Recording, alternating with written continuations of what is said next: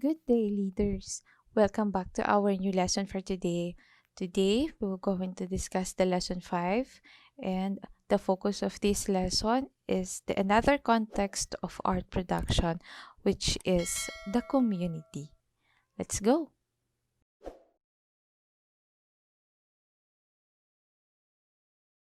Here are the following guide questions that serve as your learning guide for today's lesson. Number 1, what are the means by which art forms in the communities are protected, nurtured, and disseminated? What laws exist to sustain traditional arts and cultural heritage? Who are the culture bearers? And how the culture bearer recognized and sustained by the laws of the land? How important are art organizations in the community? And how do artisans become part of it? And lastly, you can identify the different arts in organizations and what art forms do they promote.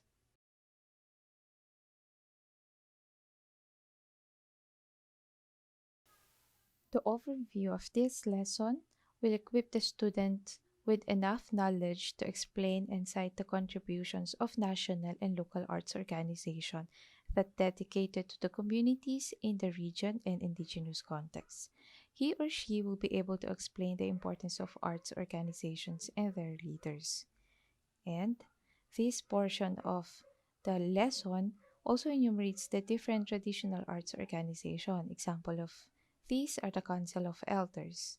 And in addition, this lesson will also introduce the students to the different laws that protect the cultural communities and heritage. Publication and institutions usually put a great emphasis on the national organization, yet oftentimes the local communities and municipalities or regions have a lot of creative resources that have yet to be tapped and nurtured. So this lesson meant to emphasize the different needs and great needs, of course, for cultural workers in the regions. And there is a need to protect also the distinct heritage of each places. Protecting cultural resources is a delicate task that an ordinary entrepreneur cannot undertake. Only an arts manager who has learned the tender balance between nurturing creativity and tradition while sustaining them can be a position to work with artisans and collectives in the community. It must be noted, however, that this takes an enormous amount of trust that is not easily earned, and the arts manager must be sincere in his or her efforts and respect the rights of cultural communities. And one must not impose one's background in the community.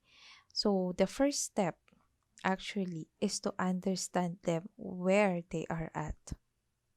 For our first lesson for today, we have the Schools of Living Tradition.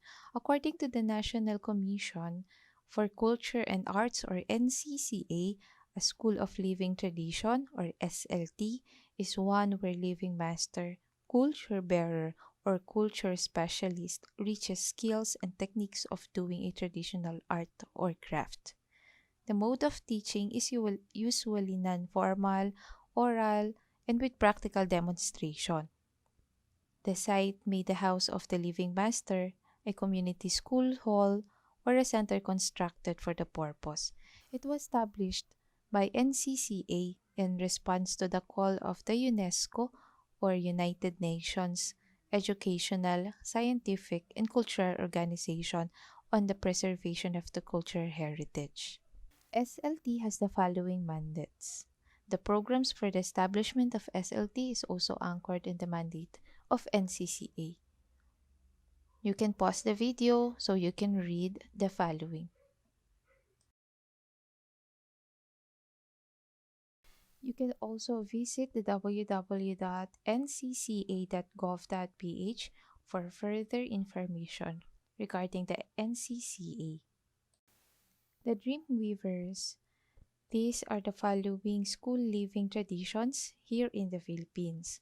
The Tibuli is one of the several indigenous groups of people or tinatawag na lumads sa Mindanao.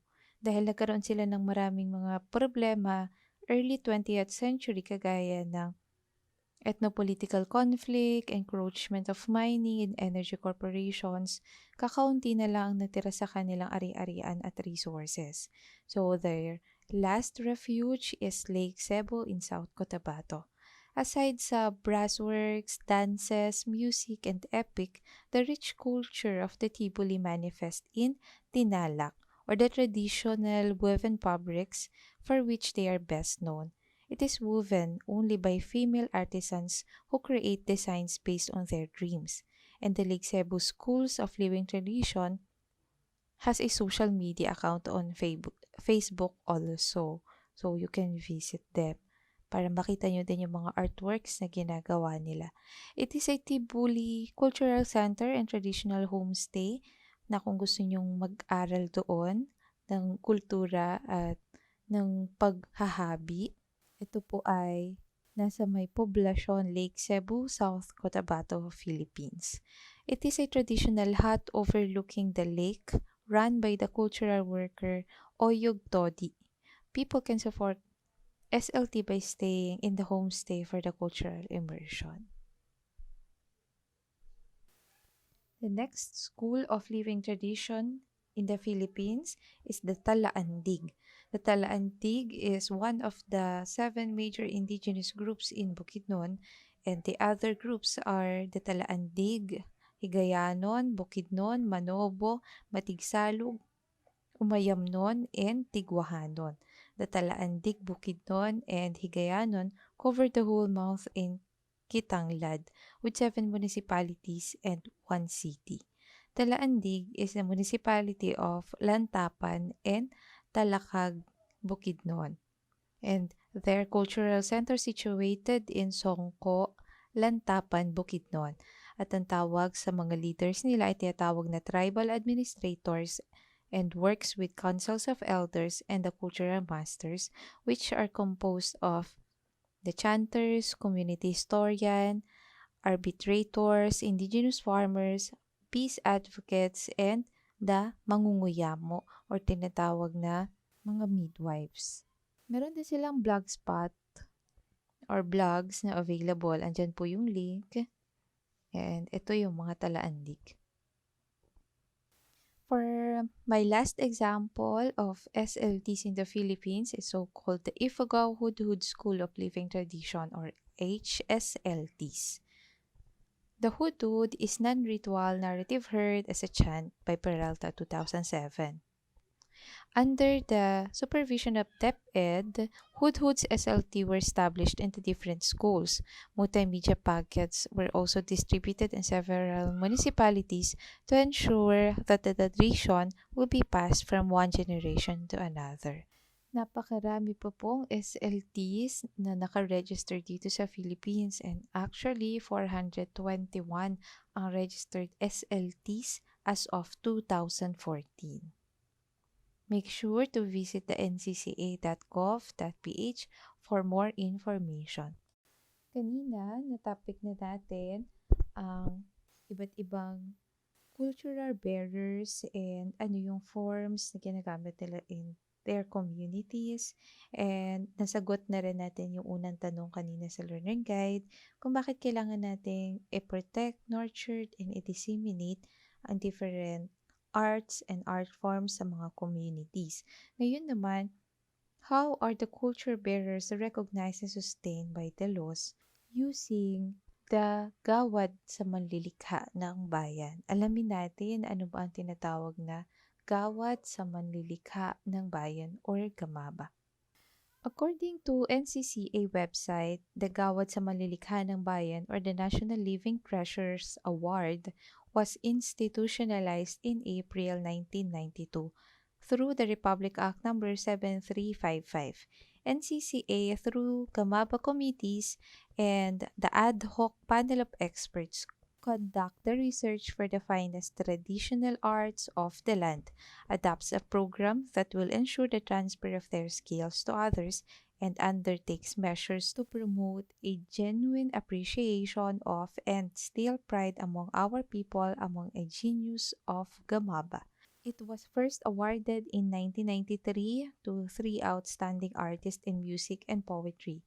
Gamaba has its root in 1988 National Folk Artist Award organized by the Rotary Club of Makati, Ayala.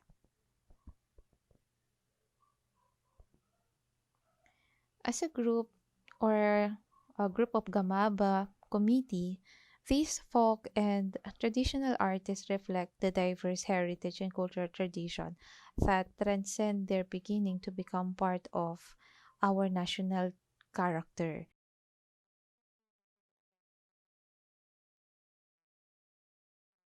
You can also visit the ncca.gov.ph for the list of guidelines um, kung paano maging qualified Gamaba awardee.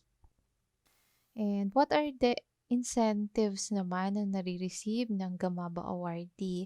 As you can see in my PowerPoint, the Gamaba awardee receives a special designed medallion and an initial grant of 100,000. Another is 10,000 monthly and 14,000 monthly allowance for life. There is annual maximum cumulative amount of 750,000 serve as a medical and hospitalization benefits, annually similar to the received National Artist and Funeral Assistance or tribute fee to the National Living Treasure. And how does one become a gawad manlilikha ng bayan? Please pause the following para mabasa niyo po ng mas maigi. A traditional artist who possesses all the qualities of Gamaba candidate, but due to the age or infirmity has left him or her incapable of teaching further his or her craft.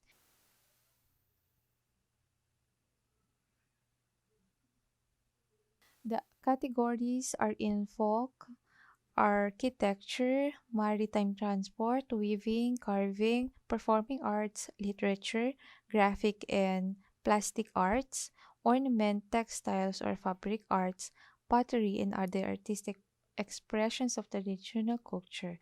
The exact set of criteria are written here as they appear in the website because they are determined by the requirements of the law.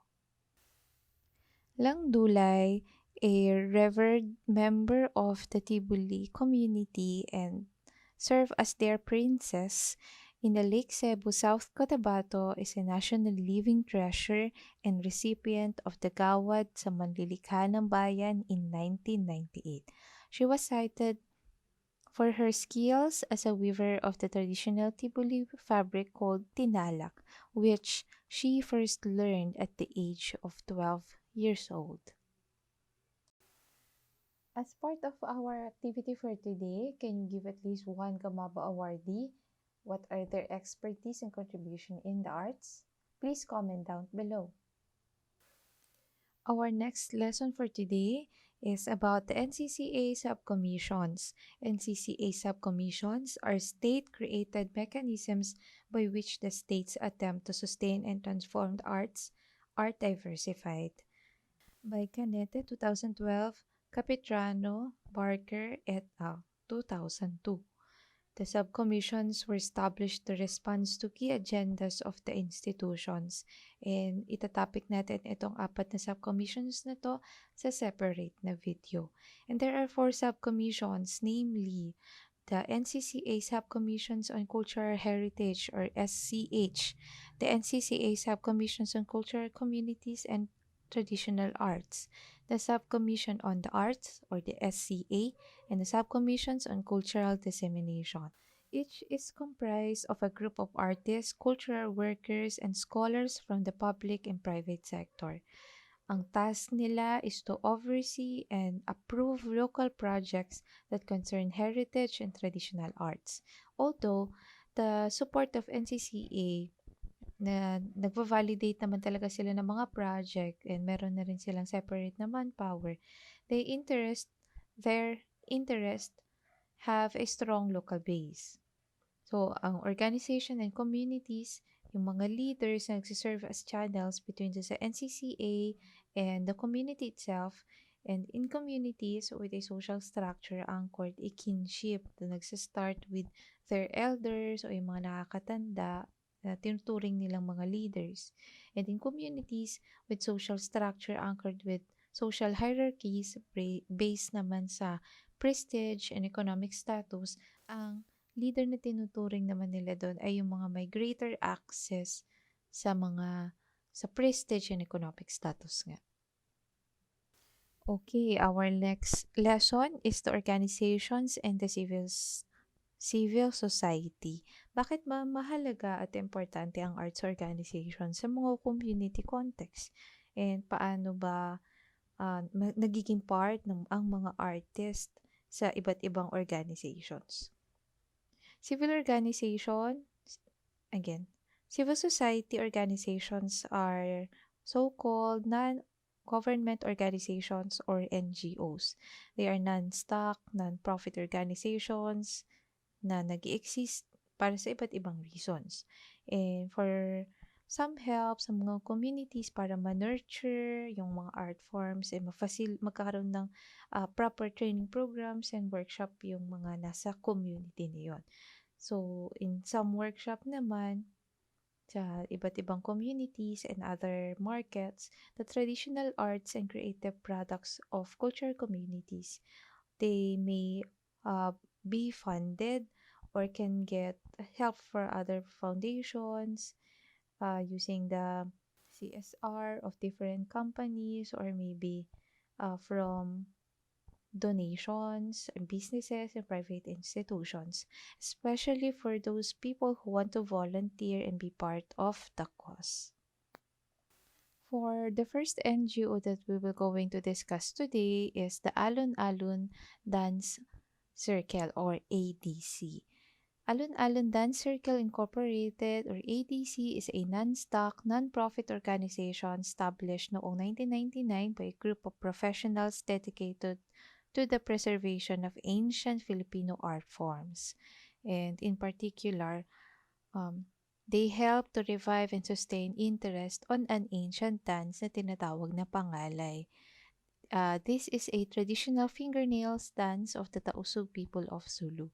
And alam ko napapanood nyo dati siguro sa Channel 7, yung Sahaya. Yun, yung mga sayaw nila doon, yung mga badyaw. Ang tawag sa sayaw na yun ay pangalay. Under the tutelage and leadership of Ligaya Fernando Amilbangsa, a dance teacher, choreographer, and expert in the dance of the badyaw, Samal, and Tausug groups, the ADC is active in comprehensive dance instruction, maging sa research and promotion. It participates also sa mga international festivals, meron din silang mga recital, art exhibits, and conference para ma-promote ang pangalay and other ancient Filipino dance forms also under sa ADC group. Noong 2006 naman, the ADC represent the country for the 4th Asian Performing Arts Festival sa Taipei. And sa mga sumunod na taon naman ay nagkaroon sila ng performances sa ibang bansa tulad ng sa Paris, France as part ng festives marking in the 60th century of France-Philippines relations. It is also performed for the Philippine Embassy in Hanoi in 2009 to celebrate the 111th Philippine Independence and the National Heritage Month. They are also active in teaching the pangalay sa iba't ibang communities across the country to promote and preserve the dance as a living artifact. So, if you're interested for further information, make sure to visit their website, which is thepangalaydance.com for more info. Another arts organization in our list, which is the Cordillera Green Network or CGN or tinatawag din na Tala Share and Guest House. CGN is a network of artists and cultural workers.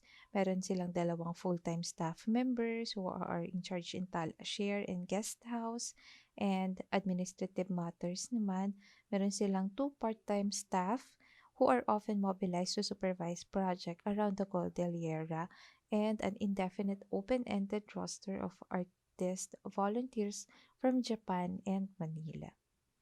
Napakarami nilang activities. Before 2012, CGN initiated two major environmental advocacy projects targeted for youth demographic. Utilizing a school system was strategic as it already provided the participants and the necessary manpower tulad ng mga teachers to moderate large crowds. And the first major projects nila was in 2007, tinatawag na Eco Youth Summit in Baguio City. Sa mga sumunod na taon, taon-taon na nagkakaroon na sila ng Eco Youth Summit. Meron sa Mayoyaw, Ifugao, and Lubuagan, Kalinga. In 2007 naman, nagkaroon sila ng partnership with KEEP or Kiyosato Educational Experiment Project Japan na funded by Japan Foundation, of course, with support from the Department of Tourism. In 2007 naman, continuous pa rin yung Eco Youth Summit nila taon-taon na naikot na nila from Kabayan and Itagon and Benguet, nakarating na rin sa Potya of Ifugao, Tabuk, Kalinga, Lubon, Tadia, and Bondok-Mount Province. It was referred to the Eco Caravan kasi sobrang dami na nga nilang napuntahan, nagkaroon sila ng workshops para ma-attain nila yung advocacy and projects nila. Aside sa nagkakaroon sila ng workshop, nagkakaroon din ng performing arts. May kumakanta, may actors, may stage in order to synthesize their points of learning and communicate their insights sa mga workshops na ginawa nila. Noong 2012 naman, the Cordillera Green Network or CGN established a guest house where they display artworks, creative products, and coffee produced by the communities they work with. It is located in 25J Felipe Street, Gibraltar, Baguio City. CGN has a website also. Yeah, mamaya papakita ko sa inyo yung screenshot. Itong picture na to, coffee bean yung hawak ng bata. Isa yun sa mga pinopromote nila. Arabica coffee production in Cordillera as part of its restoration project. Ito naman yung grupo ng CGN. And if you like to donate or to send the help para maituloy palalo ng CGN ang advocacy nila, please visit their website, thecordegreen.jimbo.com. Yun, makikita nyo doon yung mga activities nila and kung paano kayo makakapag-donate or makakapag-support sa kanila. For our next NGOs, we have the Custom Made Crafts Center or CMCC. The organization behind the CMCC is the Non-Timber Forest Products Task Force. It is a network of organizations working to conserve forests while helping communities improve their livelihood. For the organization, creating indigenous handicraft is more sustainable livelihood compared to the other extractive industries. The artisans also use natural dyes and sustain harvesting procedures. So, CMCC promotes fair trade and seek to expand the market for fairly traded products in the Philippines. Also, CMCC seeks a stable income source para sa mga artists and venue for their self-expressions through traditional art forms. Artisans and producers include Mangyan of Mindanao through Mangyan Mission, Palawanon, and Tagbanwa o Palawan through the Nagkakaisang Tribo ng Palawan, Higayanon o Bukidnon through Father of Vincent Cullen, Tulungan Learning and Development Center, the Rural Artisans of Negros through broad initiatives of Negros development. We have the larger circle of partner artisans include the Tibuli of Lake Cebu and the Weavers of Bolinao, Pangasinan. CMCC seeks for great opportunities for economically disadvantaged artisans. Ginagawa nila yun to continuous capacity building provided by CMCC and allow rural artisans to access new designs and learn the techniques para ma-improve yung craftsmanship nila. CMCC is a firm in their beliefs that business should not display the culture of indigenous people. And so therefore, the CMCC also promotes and supports initiative to create mechanisms to protect community rights and the designs and their creation also. So each craft are custom made, and kung ano yung need ng client nila, uh, of course, included din dun yung story ng public and fabric and designs and nung community ng mga gumawa para ma-promote yung appreciation of the traditional arts. The organization seeks a fair pricing system. Yung mga notes na yon, mababasa nyo yon sa website nila. So, make sure to visit their website also in cmcrafts.org. And lastly, CMCC has an office in UP Village, Quezon City. Ito yung website nila. And ito yung examples ng mga products nila.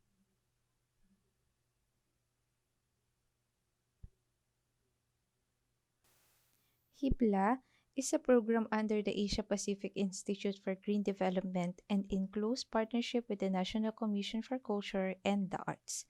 Hibla assists SLTs in the country so they can become sustainable grassroots enterprises. They initiate creative enterprise, and Hibla is a partner with several schools of living tradition sa Philippines, kagaya ng Ivatan and Gadang Traditional Weaving, Eraya Mangyan Traditional Knit o Basket Weaving, Hinunuo Mangyan Cloth Weaving from Luzon, Antique Bariw Abaca, Mat Weaving, and Panay Bukidnon, Panubok Embroidery from Visayas, and Subanin Pulaw Weaving. Ekmang Mugindanao Mat Weaving, Atatalaingod Liyang Weaving, and Tibuli Tinalak Weaving, and Blaan Miwa Weaving from Mindanao. Meron silang website, so make sure to visit them also. http://hibla.ph.